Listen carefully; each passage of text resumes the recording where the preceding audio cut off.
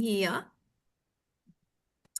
So, good morning, Rob and Robbie and Vicky.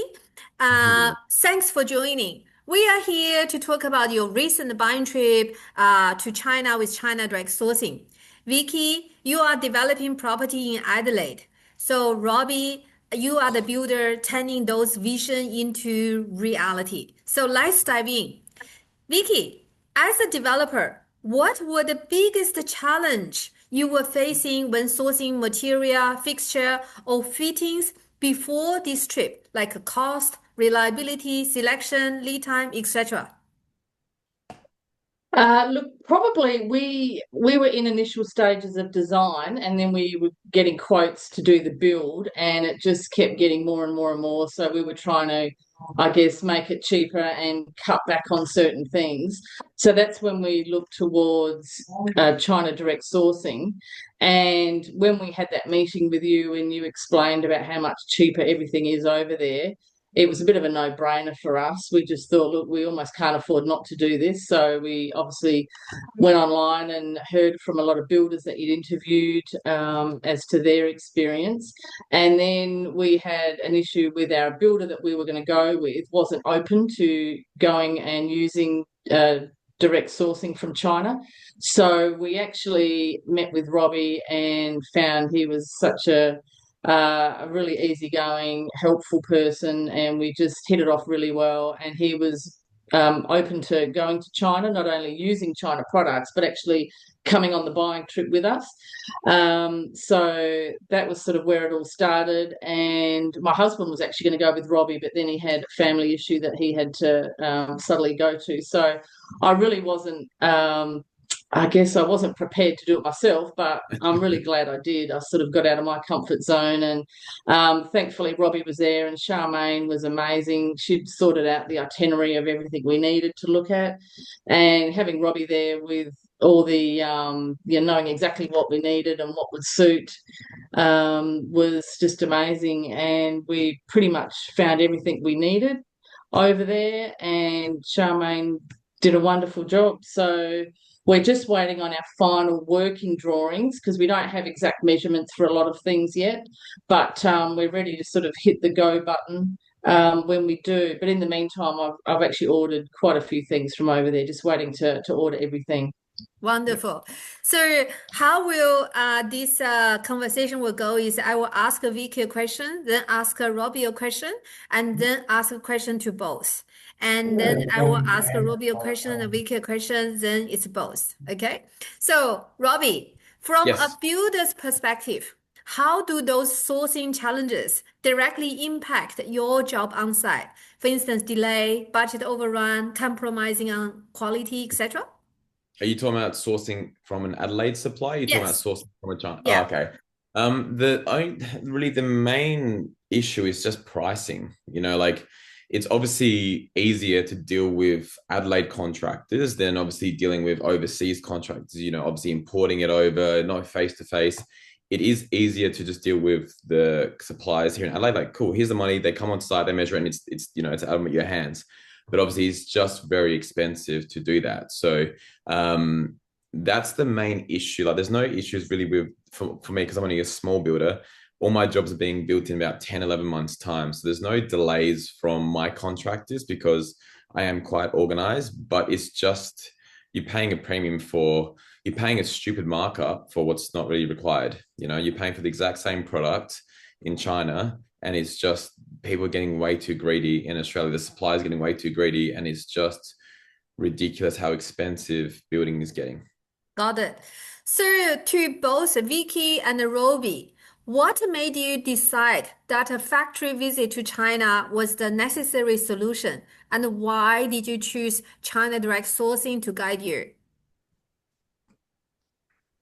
Well, we chose China direct sourcing because my husband and my son went and did the Canton Fair, and we went through you to do that. So when they did their chat with you at the end of it, and you mentioned about the building, because obviously we're in the same development group, Lindy, with the building.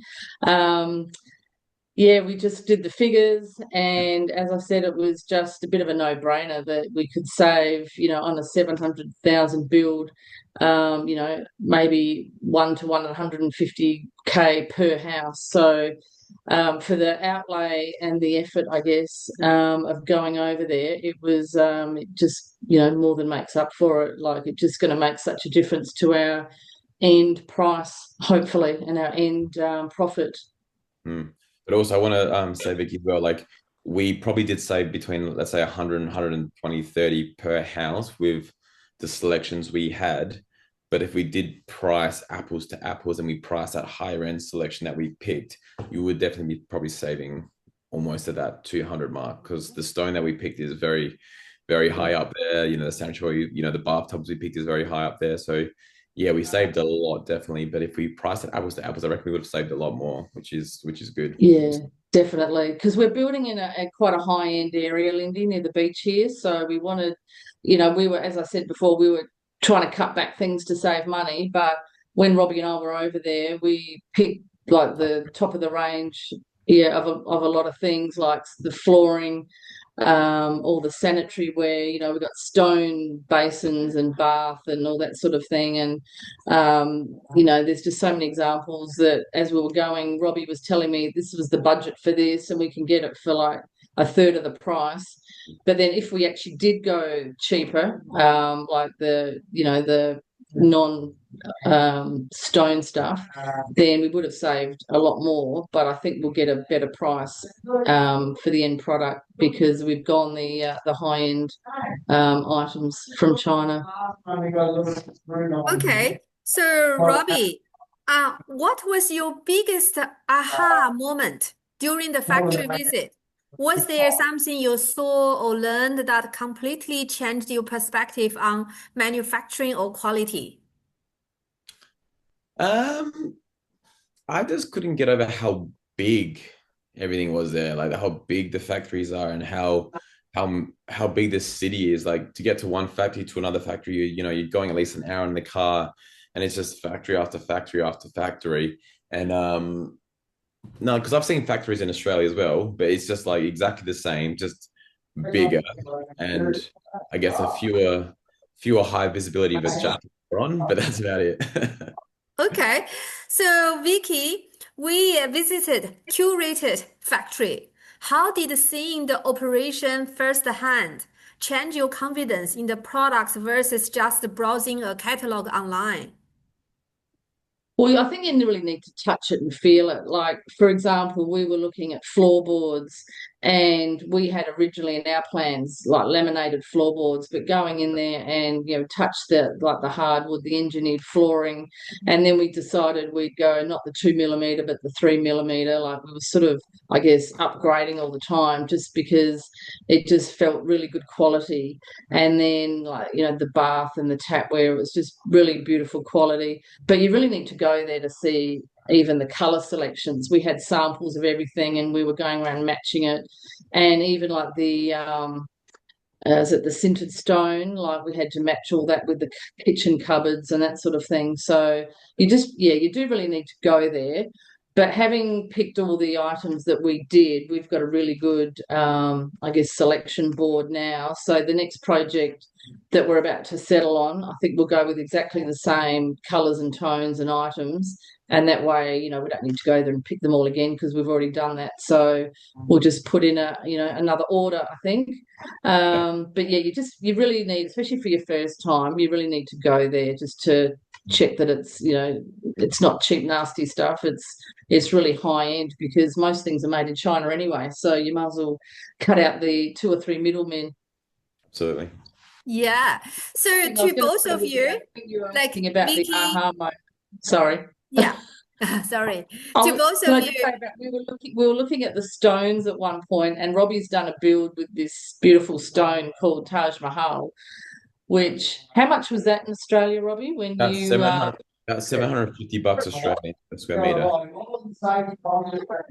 and I'm just looking, I've got my little notes here that It I was took over there. $24. I think it's It was $24 20, per square meter. yeah, $24 from $750 a square meter. So now we're Yeah. using that on all the bench tops, all the splashbacks. because it just looks high end and luxurious. That's what another client of mine did. They, put the tile from the bottom to the ceiling because Yeah. it's so cheap, but it looks so luxury. So good. And Yeah. yeah. So, to both of you, Vicky and Robbie, can you share a specific example of the product or material you found and sourced on this trip that you don't think you could have ever secured with the same confidence, price, specs, any other way? I think I would say pretty much all of them, besides sanitary wear, like tapware and stuff, was still obviously a lot cheaper and stuff like that. I think the selection range in Australia is larger because obviously it's Australian watermark products, but the range was a little bit smaller in China for sanitary wear. But other than that, everything else you wouldn't be able to source for the price, and the quality is exactly the same, if not better. In the flooring, in stone, the cabinetry looked really, really good. The windows I get from China anyway, so they're really, really good quality windows. Yeah, everything that we got there was exceptional quality. Great. That, So, Vicky, from a developer's ROI perspective, how do you see this direct sourcing impacting your project's bottom line and the market competitiveness? Look, I think we're getting the build for 150K each less, but I think we're actually adding on another, I don't know, Robbie, what you would think, but another 100K to the end product from what we were going to build. So, yeah. For yeah, I example, guess. we had laminate flooring priced in there. Now we've got engineered flooring. Like that's a big difference in price in Australia. Like that's a big difference in price. So if I had priced engineered flooring, not laminate, which was in the selection schedule, there'd be another 20 grand saving there, you know? So yeah. Yeah, and I think I'm just looking at my notes, like the joinery we budgeted 145,000 and we've got all of ours for 46,000. So yeah, and it's just like we're getting, joinery like the nice on the internals as well as just, the cupboard fronts. So we're just it's just all high quality stuff really. Yeah. Great, great. So, Robbie, as the builder, how Yes. has this trip changed the way you will approach future project? Will you be more likely to recommend direct sourcing to other developers? Well, I don't know how the relationship with you and Vicky work, but I've got a few projects coming up as well, and I would like to use you guys as well. So I'm not sure if I need to pay you guys a fee or the membership. I'm not sure what's going on there, but yes, I would like to use you guys for my other projects as well. This is great. Okay, so we can discuss that afterwards. I will definitely talk to you after this. Yeah. And okay, so Vicky, uh, would you do it again? What's the number one piece of advice you give to another developer or builder considering a China direct sourcing trip? Yeah, look, I would definitely, especially if you're doing high-end homes, you can just save such a lot of money by getting the best of everything at a fraction of the price. Um, if I was doing lower-end homes, look, I'd probably still go because you're getting it still a fraction of the price, but I just think the difference with the high-end Absolutely. prices is so great that you can't afford not to. Absolutely. And yeah, hopefully it sort of pays off at the sale time. Absolutely. Great. So, in one sentence, and I want you guys to say in turn, what was the most valuable things China direct sourcing provided? So, Robbie? I would say the joinery. Yeah. Yeah. So, what about you, Vicky? What would be the most valuable thing that China direct sourcing provided? I would say having Charmaine there, she was like picked us up Oh, from the airport. Everything's written in Chinese. If you went on your own, you wouldn't have any clue of where to go. Not many speak English. So she was amazing. She spoke really good English.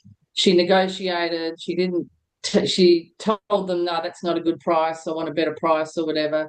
She was, and she was just good fun as well. Like we were out for dinner every night and lunch and she was just a lovely person. So I'd recommend her for anyone wanting to go and do the trip. That yeah, she's hopefully your number one person. and we were lucky to get her. So she was great. I'd want her next time as well. Yeah. Sorry, Lindy, I have to agree with Vicky there. So I thought you meant what's the best thing we got out of the trip, as in like supply wise. Definitely what you guys provided was definitely Charmaine. So like, yeah, we would be lost without her, completely lost without her. So yeah, she was great. Wonderful. Thank you both. That's Oh, incredibly powerful. And it's exactly why we do this to empower developer and builder with direct access, confidence, and control. So best of luck with the Adelaide project. We look forward to seeing those sourced material on site. Me too. Me yeah, too. So, yeah, yeah. I am going to